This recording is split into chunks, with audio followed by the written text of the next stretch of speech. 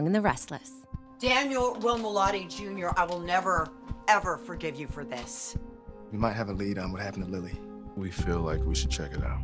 Yeah, of course. Do whatever it takes to keep the family safe. So Matt Clark is free. Just disappeared. Once he was released, he took off. That means he could be anywhere. He could be on this ranch. How is this happening again? The Young and the Restless, YNR, recap for Wednesday, February 25th, reveals that Matt Clark's Roger Howarth twisted text will make waves while Kane Ashby, Billy Flynn, backs Phyllis Summers, Michelle Stafford, into a corner. Nick Newman, Joshua Morrow, will also have a fatal plan, so here's what YNR viewers can look forward to. At the Newman Ranch, Victor Newman, Eric Braden, will admit to Nick that Matt disappeared following his release. As Nick struggles with leg pain, he'll insist Victor should have let him take care of Matt his way when he had the chance. Victor will argue that Nick could have ended up in prison and will assure his son that he's going to handle everything. Nick will argue that they can't trust the courts, cops, or security to take care of this, so he'll vow to end Matt himself and storm out. Afterward, Nikki Newman, Melody Thomas Scott, will fret to Victor about Nick's pain meds not working and worry about this vengeful Matt road he's headed down, too. Although Nikki will hear from Victoria Newman, Amelia Heinley, and think Nick needs to go with her to Milan, Victor will disagree and insist his own Kane Ashby, Billy Flynn, plan is going to work. On Kane's train, Devin Winters, Brighton James, will demand answers about missing Lily Winters, Crystal Khalil, and the twins, but Kane won't be able to divulge much since it could put them in more danger. Devin will explode once he realizes Lily, Maddie Ashby, last played by Lexi Stevenson, and Charlie Ashby, last played by Noah Alexander Jerry, have been kidnapped because of Kane, so he'll promise to rain hell down on Kane if they get hurt. At Crimson Lights, Sharon Newman, Sharon Case, will try to shrink Phyllis by playing up their friendship and acting like she understands Phyllis's Newman motives. However, Sharon will also think Phyllis knows stealing the company was wrong deep down and will suggest they should work together on a solution. Once Nick arrives, he'll blast Phyllis once again. Phyllis will make it known that she's not relinquishing Newman Enterprises, so Nick will rant about how the Newmans are going to crush her. Sharon will scold Nick after Phyllis leaves since she'll think she was actually getting through to Phyllis. Nick will scoff at that idea and point out they have bigger issues to worry about since Matt's case was thrown out. Sharon will reel over Matt walking free, but Nick will insist he's going to put his ass in the ground. Although Matt always managed to come after them before, Nick will act like things are different this time since Matt is now the target. At the Park Cafe, Sienna Bacall, Tamara Braun, will sneak up behind Noah and put her hands over his eyes.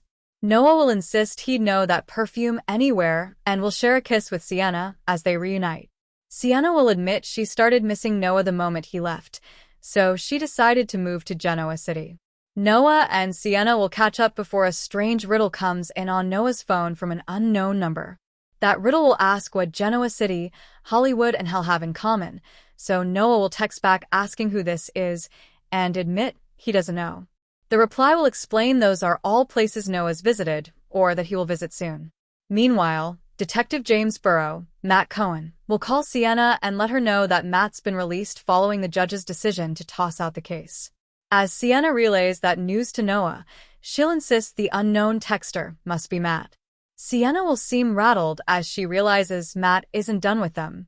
Back on Kane's train, he'll speak to Amanda Sinclair, Miss Hale Morgan, over the phone and deliver some instructions before Phyllis arrives. Kane will pretend he admires Phyllis for what she was able to pull off and that he wants to continue their personal aspect of their relationship. Once Phyllis figures out Victor still hasn't returned Lily and the twins, she'll know Kane's just using her. Phyllis will refuse to help Kane rescue his family from their kidnapping vacation, but Kane's guard will pop up and block Phyllis's path as she tries to leave. The Young and the Restless spoilers say Kane will be ready to try a different tactic with Phyllis, so stay tuned. Parallel to the Lily Winters drama, the Newman family continues to grapple with the fallout from Matt Clark's dismissal in court. The judge's decision to throw out all charges against the man who drugged Sharon, manipulated Noah, and ran a fentanyl operation out of a nightclub has left the Newmans reeling. On Thursday, that fear crystallizes around Sienna Bacall. Noah grows increasingly anxious worrying that Sienna may not be safe with Matt now free and presumably seeking revenge. This fear is well-founded. Matt Clark is not the type of man to simply disappear quietly. He thrives on control and manipulation, and the humiliation of his arrest, coupled with the Newmans' very public campaign against him, ensures that retaliation is not just possible but probable.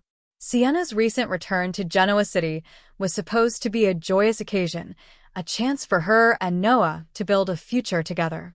Instead, her presence has become a vulnerability that Matt can exploit. Noah understands this on a primal level. He knows what Matt is capable of, having watched him terrorize his family and nearly destroy his mother. The thought of Sienna becoming Matt's target awakens a protective instinct in Noah that borders on desperate.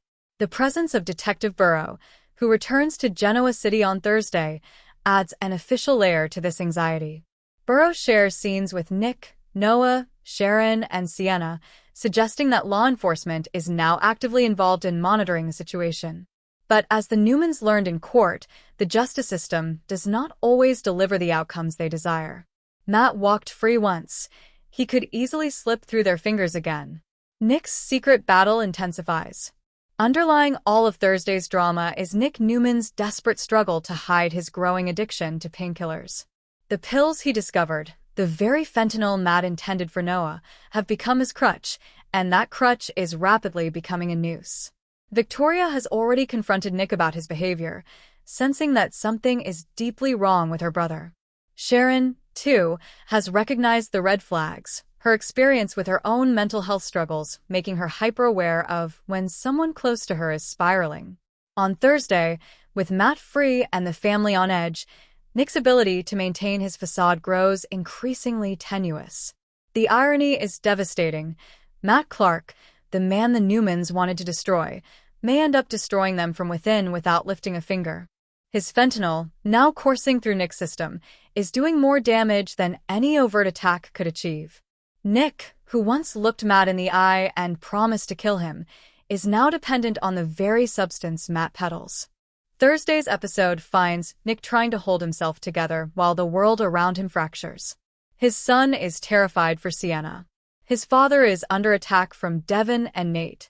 His sister is planning maneuvers against Phyllis that he disagrees with. And through it all, the pills call to him, offering temporary relief that only deepens his long-term nightmare. The Abbott and Chancellor threads. While the Newmans dominate Thursday's spotlight, other stories continue to percolate throughout Genoa City. The business machinations at Chancellor Winters and the ongoing tension between Ashley Abbott and Audra Charles provide additional layers to an already dense episode. Audra's recent moves against Ashley,